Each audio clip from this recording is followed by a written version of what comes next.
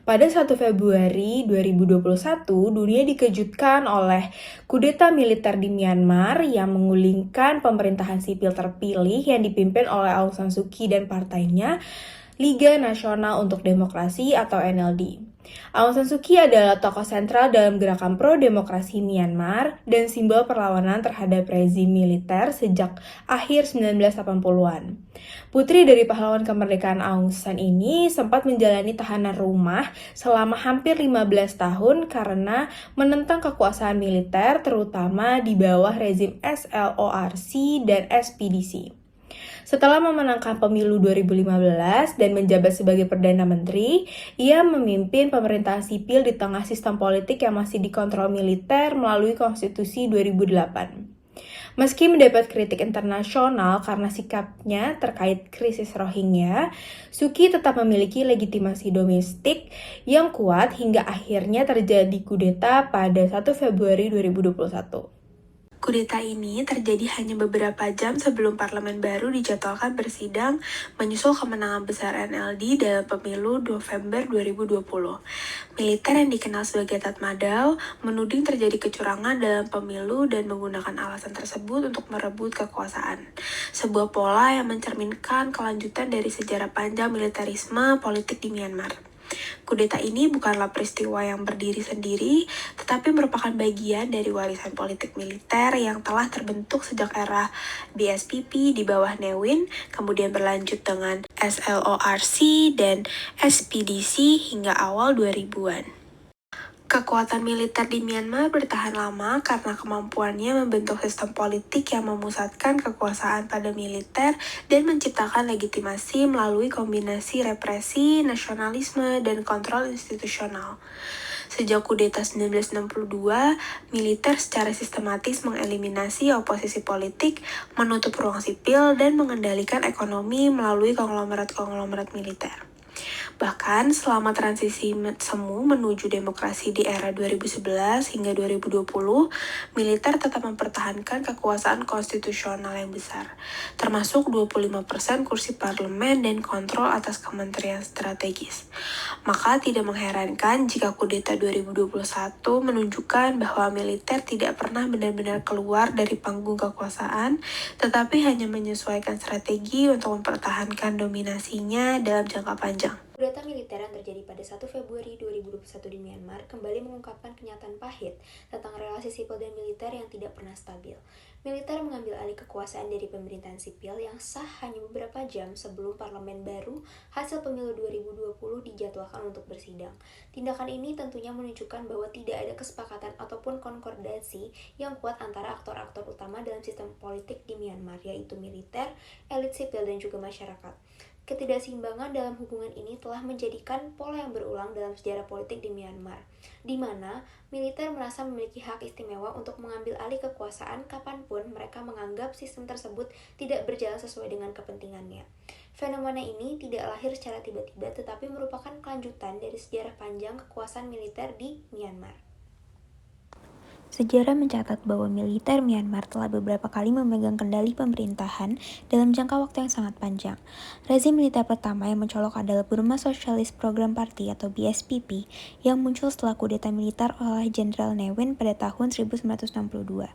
BSPP sendiri menerapkan sistem pemerintahan yang berlandaskan pada sosialisme totaliter, di mana seluruh sektor ekonomi dinasionalisasi dan negara mengisolasi diri dari pengaruh luar.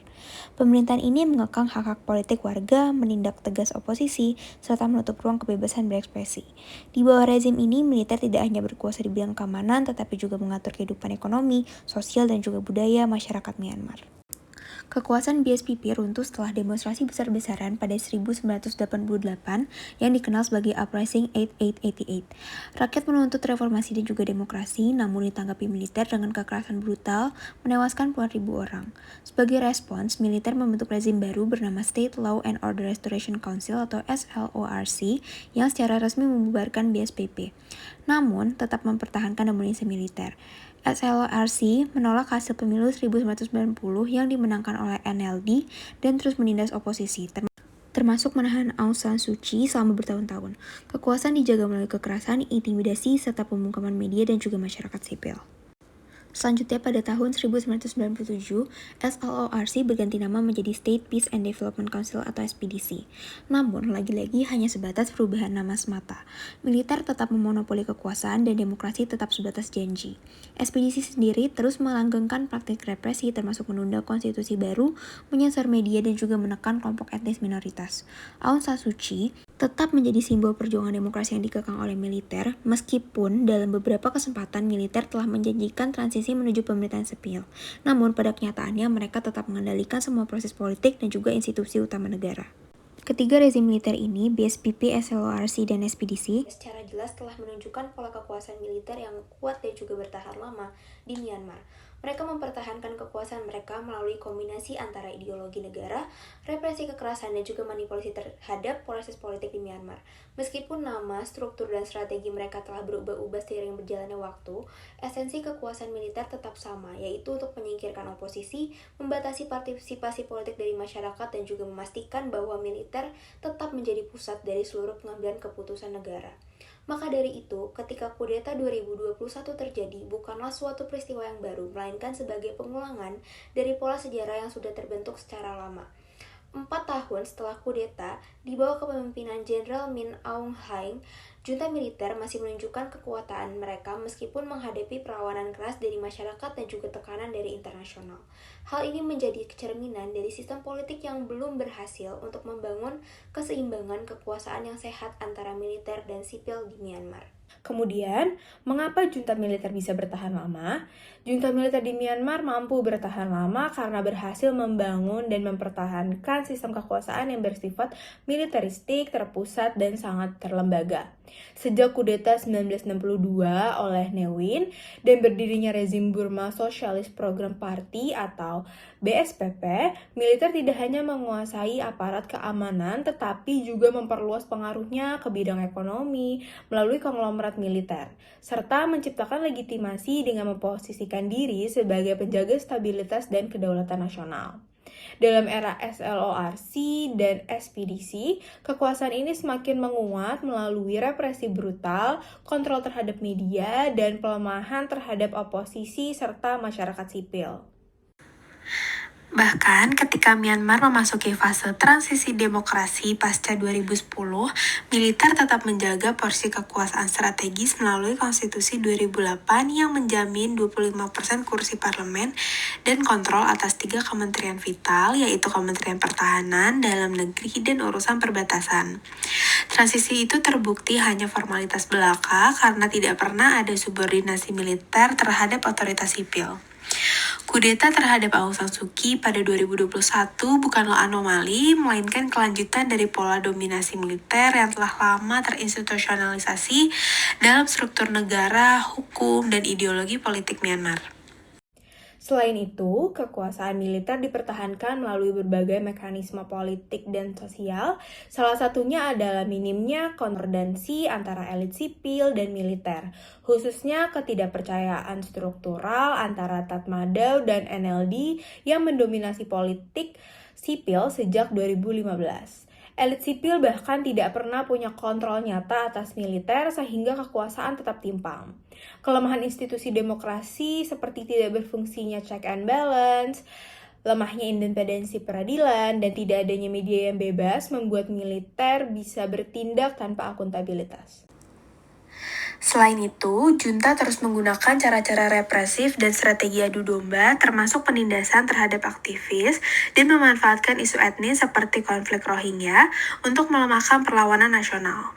Ketahanan mereka juga diperkuat oleh dukungan eksternal dari negara-negara besar seperti Tiongkok dan Rusia yang terus menyediakan bantuan ekonomi dan militer, sementara tekanan internasional bersifat lemah dan tidak konsisten. Dengan kontrol atas sumber daya ekonomi strategi seperti BUMN dan sektor ekstraktif, militer memiliki fondasi finansial yang kuat untuk mempertahankan dominasi. Semua ini membentuk sebuah sistem kekuasaan yang tidak hanya otoriter dan represif, tetapi juga sangat resilient terhadap perubahan dari dalam maupun luar negeri. Kudeta militer pada tahun 2021 bukan hanya pengulangan dari siklus otoritarianisme di Myanmar, melainkan cerminan dari krisis struktural yang lebih mendalam.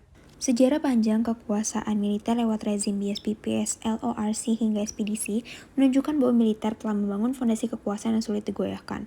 Ketika tidak ada kesepakatan yang jelas antara militer dan pemerintahan sipil, maka transisi demokrasi hanya akan berjalan di permukaannya saja. Selama institusi-institusi demokrasi belum diperkuat dan militer masih memegang kontrol atas politik, hukum, dan ekonomi, maka junta akan selalu memiliki ruang untuk mempertahankan kekuasaan mereka, bahkan di tengah tekanan publik dan juga internasional.